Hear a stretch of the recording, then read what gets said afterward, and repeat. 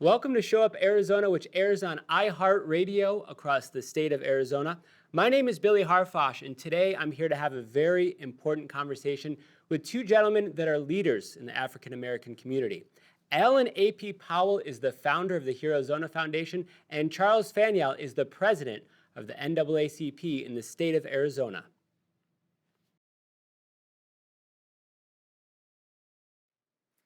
You know, AP, it seems like I've seen this movie before. And I think back to Michael Brown and many other cases across our country. It seems like what happens is we see a police officer kill a black man. Yes. Then you have a couple days of protests. Right. It's on the news. It's running on the breaking news on CNN, on Fox News. It's all over. And then things kind of calm down and our society forgets. Why is it bigger this time, and why does it seem to be different this time? I would say it's different this time because the country was already in an uproar because of the COVID, and people had a lot more time on their hand to digest what's really going on in the world. And also, for the first time, I've never seen it where it was like on like somebody. It was a public assassination. This thing happened right in front of people in broad daylight, and people watched it. So, and I mean, it's one thing to get shot with a gun, but to actually just have a guy choke you out live on national TV in front of, taxpayers. Mm-hmm. I've never seen that before. So I think the uproar came from the youth saw that too. And we've never had the youth involved. So if you see these protests and demonstrations, it's everybody 25 and under. Right. I've never seen it. And then for the first time, I think the Caucasian communities and other ethnic groups saw this firsthand. They've heard about it, but they actually got to see it. So I think there was some sympathy inside a lot of people's hearts, and that's where you saw the unification come from. Because if you look at these protests and you look at what's going on in the world, it's unified. Sure. It doesn't matter. This is not, it's a black issue, but the police and community relationships is everybody's issue because everybody has children. Everybody has a son, an uncle, a nephew, and they don't want to see anything happen to them. Yeah. So I think that's what really the uproar I think it's from. Interesting you mentioned the coronavirus. So you think, in a way, this was the perfect storm to blast that out there. A lot of people are at home anyways. People are already engaged on social media. Then this tragedy happens. People have a lot of pent-up anger, and they haven't been able to get out of their houses, and then boom, they have a cause to get behind. So in a way, are you saying that the coronavirus maybe helped get this movement going and get some traction? I wouldn't know if it helped, but I would say it made people have a lot more time on their hands to pay attention. I think the attention was the big deal because a lot of states was on curfew. Sure. And a lot of people couldn't go from their homes, so everybody was glued to the TV or the radio or whatever you do for your leisure time. And I think and then social media, so people by having a lot more time on their hands, I think it heightened the awareness of the situation. That's a great point. Charles, turning to you now, why is it different this time? Of course, I mentioned Michael Brown. We've seen this happen. Seemingly, there's once or twice a year, there's one of these big news stories, breaking news. After a day or two, society forgets. They're not forgetting this time. We're actually seeing changes. By the way, this is international right now. It's not just in the cities of the United States. Why is it different? Well, it seemed like it was a back-to-back. We hadn't really digested the Albury situation down in Georgia, and then we had countless other memories of recent, community unrest and police killings all across the country. And as the AP said, more people were off from work. They were working at home, and so more eyes were on the TV, and it was just such a devastating, I don't care type of a killing. Most of these incidents that occur, they're rapid. Police choke somebody, and couple of seconds. Right, or a gunshot. Got some, sure. And it's over. Right. But this type of broad daylight, I don't care type of killing, just and then you get the interjection from the the people that's around saying, hey, he can't breathe, get you, and he sees that he's being filmed, you know, and it's just big deal, hey, just nonchalantly, so what? I don't care. So I think that is what sent shockwaves all across the world, and then you see people in Europe and Australia and all across the country that is outraged. You see hundreds and hundreds and hundreds of people marching in every city, and it's a mix. In some marches, you see more other groups than you see blacks, and so that's what is going to be the changing of this whole eyes and compassion towards this epidemic. That's what I call it, it's the epidemic. Just lives are not valued, and it's just perpetual racism. And it's just destroying people. And during this downtime of this national COVID-19, you're hit with a double whammy. That's affecting people. Is this to both of you gentlemen? Is this the tipping point?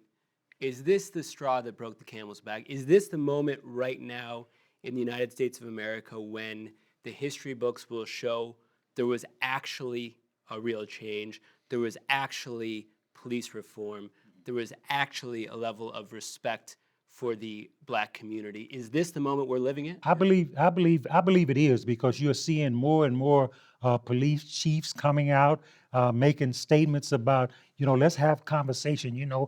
I admit that, we need to do better. We need to talk to you. We wasn't listening to you. Now you are seeing changes in policy. You are seeing community boards put together, with some strength, And so I think that this is going to be the catalyst that really will be about change, national change. Okay. What do you think, AP? I think Mr. Fanniel is actually right. I think this is our whole new theme in Arizona is time for change. But I think that, as he said, this has never happened before. And I think people, when it came to the front door of Scottsdale, and you live in rural areas and it's coming to your neighborhood. Right. And you never had to deal with that in the past because it happened in Phoenix or South Phoenix or West Phoenix. Yeah. But when it comes to the Fashion Square Mall, protesters about something like this, your eyes are open. I got to be tough on this, gentlemen. And this interview is done with all due respect, and I appreciate you both coming here. But you brought it up. Last week we had the mayor on the show, Mayor Scottsdale, Mayor Jim Lane. What happened in Scottsdale and at Fashion Square Mall? As leaders in the African-American community, do you condone that? What did you think when you saw on Facebook, when you saw on the news, people smashing the glass of the Apple store, people running in, looting? Do you condone that? No, I do not. I definitely do not. And I tell you, and me and Mr. Fanniel talked about this, and I'll speak about one thing first, then go back to Scottsdale.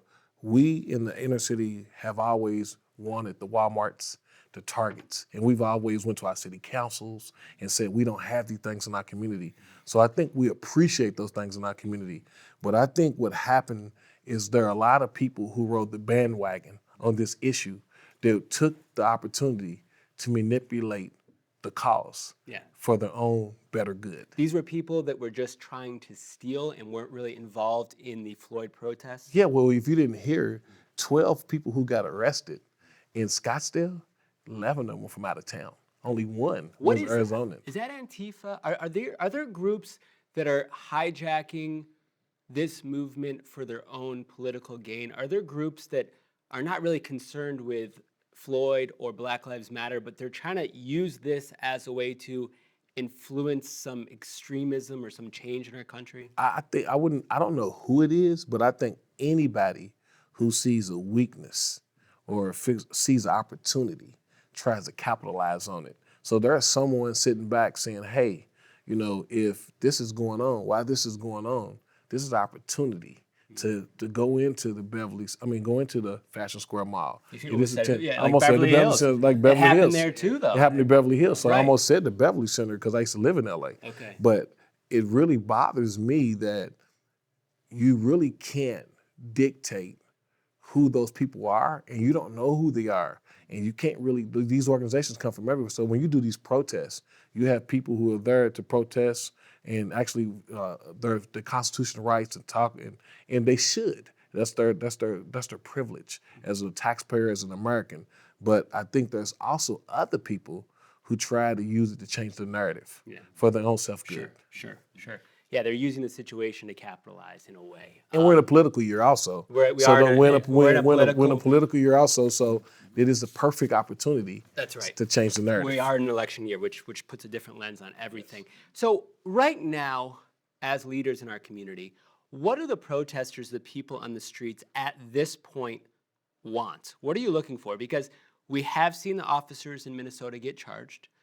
We're starting to see some reform in police departments across our country. Governors, mayors, et cetera, are all talking about this, people all over the world. What are some actionable items, Charles, that you would like to see right now? Well, I think that's a very important question. People need to see modifications in police tactics. They need to see changes in behavior. They need to see police be held accountable, and that is not what has happened all across these country, all across the country, all these many years. You know, police get charged, and most of the time, 99.8%, 99.9%, they are never found guilty.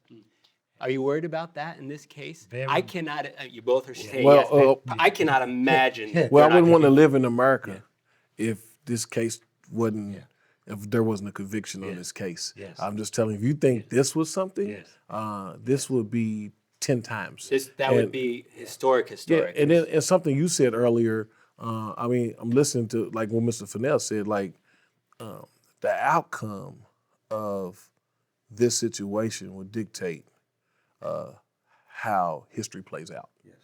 Because it's one thing to be charged, and people have been charged in the past and they've walked away. But I think the system has recognized, if you see in the NFL and all these people change their position on this issue. But as you said earlier, when you were talking, I mean, this is people taking advantage of this situation to the fullest. And I just want to see how the numbers are if going forward, when we have issues like this in our inner cities, how people take a stance going forward. Because I think the politicians know now that you might not get reelected if you don't play your part in your position and make sure you listen to the taxpayers. One thing to be elected is one thing to serve. Yeah, that's right. That's a great point. You mentioned it. You mentioned the NFL, sports. I'm a huge avid sports fan.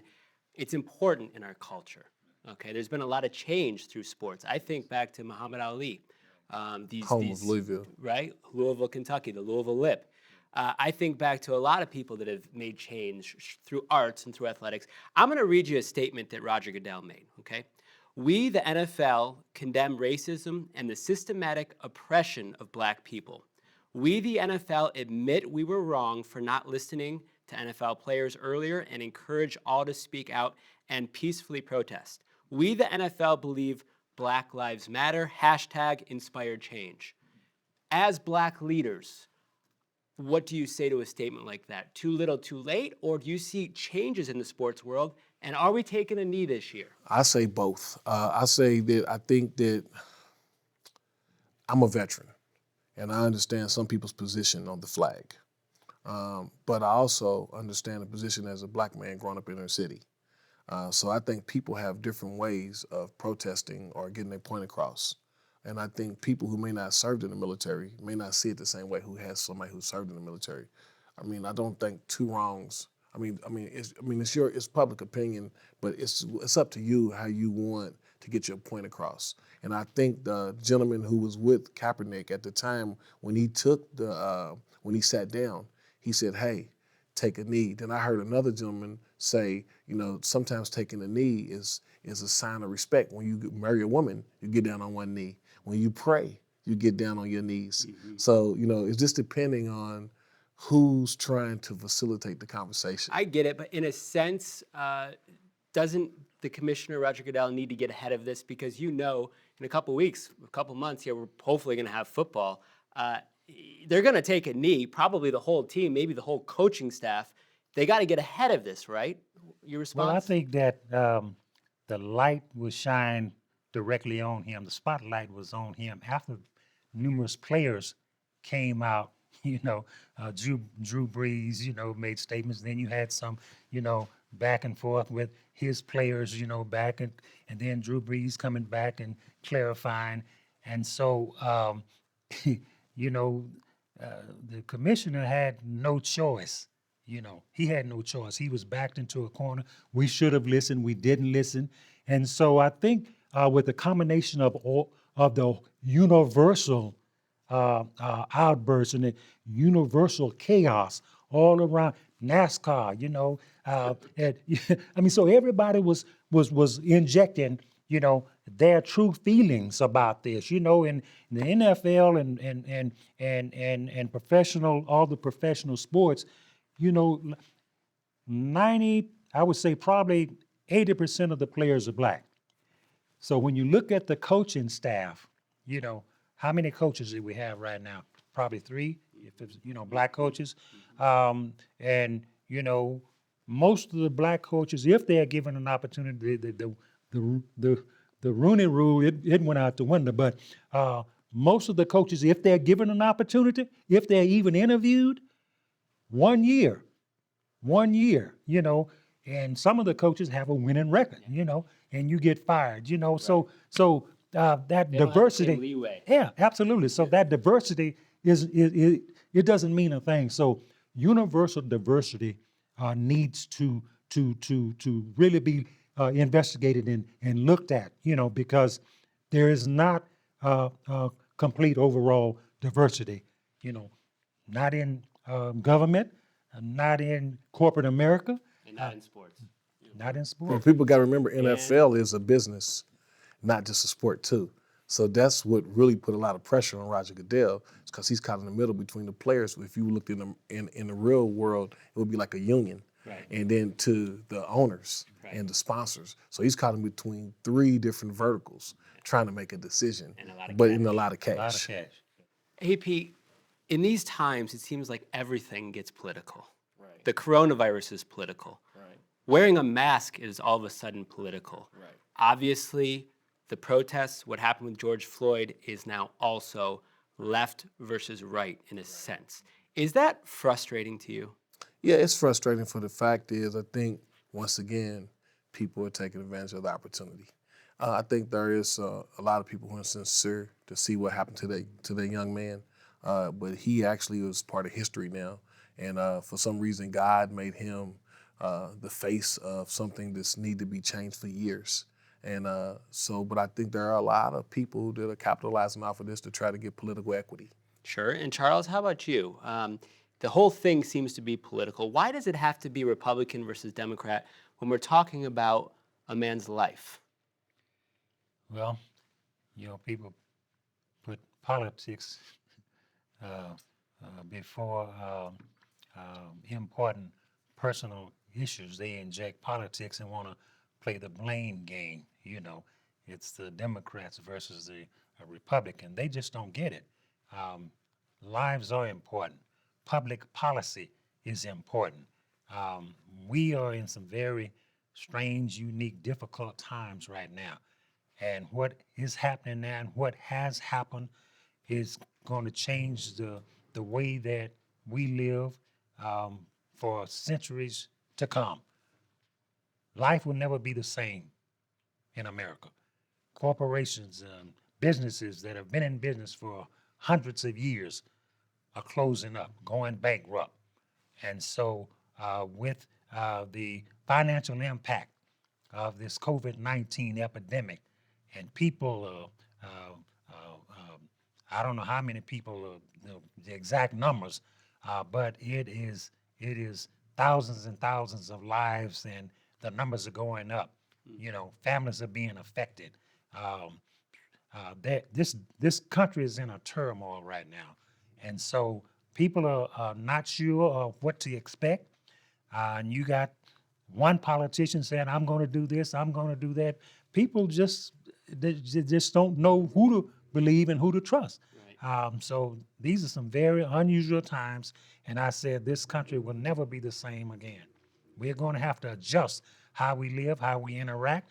But one thing I do know, life as we've known it all these many years, it won't be the same. The times they are changing, right? Yes, yes. Just like Bob Dylan And said, we the want times to, they are changing. and the NAACP want to send out a message.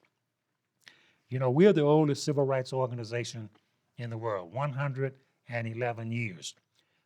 We have been peacefully marching for 400, well, not really 400 years, but at least 111 years. Started in Springfield, Illinois, February 12, 1909, marching, okay? And the same thing occurred in Springfield, Illinois in 1909 that's happening today.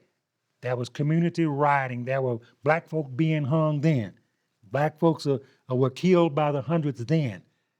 Black folks are still being killed 111 years later. We need to address systemic racism in this country. And until we do that, until we admit that we have a problem, then there's going to always be community and worldwide unrest. And we want to be that catalyst for change and encourage people, yeah, protest, let your voices be heard, but do it in a peaceful way. That's what the NAACP. We provided our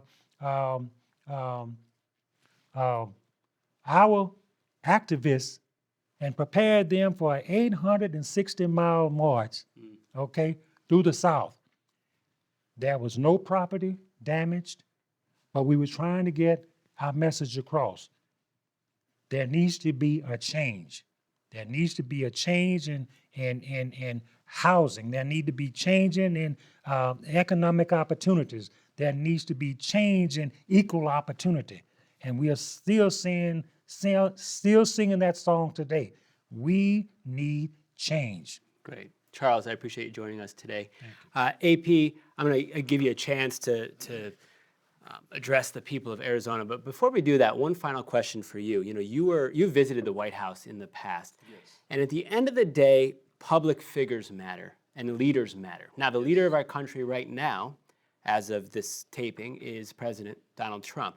If he was here today, what would you say to him in a couple of sentences? Do you think he's handling the situation in the right way in regards to the black community? I would tell him he needs to sit down with the leadership and he needs to go out firsthand on the front line and actually see what takes place. It's one thing, like in anything in life, where you're sitting back from afar, you don't really know what understand it, and it doesn't touch you until you actually get out there with everybody else. So maybe I just think that he needs to get some of the leadership around the country, have a conversation with them, but not at the White House, but in the communities that they reside. He needs to get out there. He needs to get Would out you like there. to see him at one of these protests? I would love to. I would love to see him interact. He's still the president of the United States, like it or not.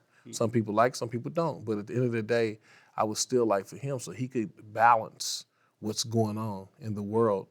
Because, you know, unless you can see, feel, or touch it, like I got 3 P's now, and that's what's going on in the world.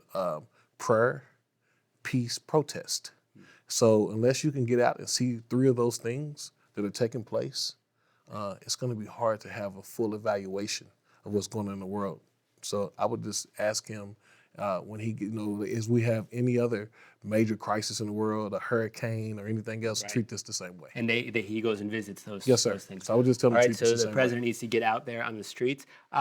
Final message to the people of Arizona. I know you got a lot going on with the Bridge Forum. Just a final couple words on the movement. The Bridge Forum this will be our 5th Bridge Forum. We've done one in the hometown of Louisville, where I'm from. We've done 4 in Arizona. We brought over 25 police chiefs from around the country, civil rights leaders, business leaders in our state, members of Congress, members of the Senate. I think this is a much needed conversation, but to have outcomes, because I think the process and procedures of the judicial system there's a lack of knowledge on the community side. So like when you have a shooting and you want something to happen immediately, what happened in Minnesota was great, but it's unusual that it goes that fast because you have to go through process and procedures. Until we have people of color inside the system, a part of the process and procedures, that won't change. So we do these bridge forums as a collaboration to try to have community. This time we've added youth. Myself, Mr. Fanniel, Pastor Warren Stewart, the young lady Amani Jackson, who's been leading these protests. We've also got the general manager of the Phoenix Suns. They're all participating in this, and we actually have a civil rights icon coming in to moderate, Dr. Ben Chavis, who created the Million Man March. He also was Martin Luther King's assistant. He also used to be the executive director of the NAACP, and he was part of the Wilmington 10, where he was wrongfully accused in the 60s and finally got his case overturned. So we actually bringing some, and we're doing it at the American Legion. It's invitation only, but it's an outcome session of the Reginald Bowdings, our lawmakers, who's the whip, to actually have these people all in one room at one time, but also have our youth be a part of this conversation so we all can be on the same page. Wow. Well, AP, Charles, you're doing great work.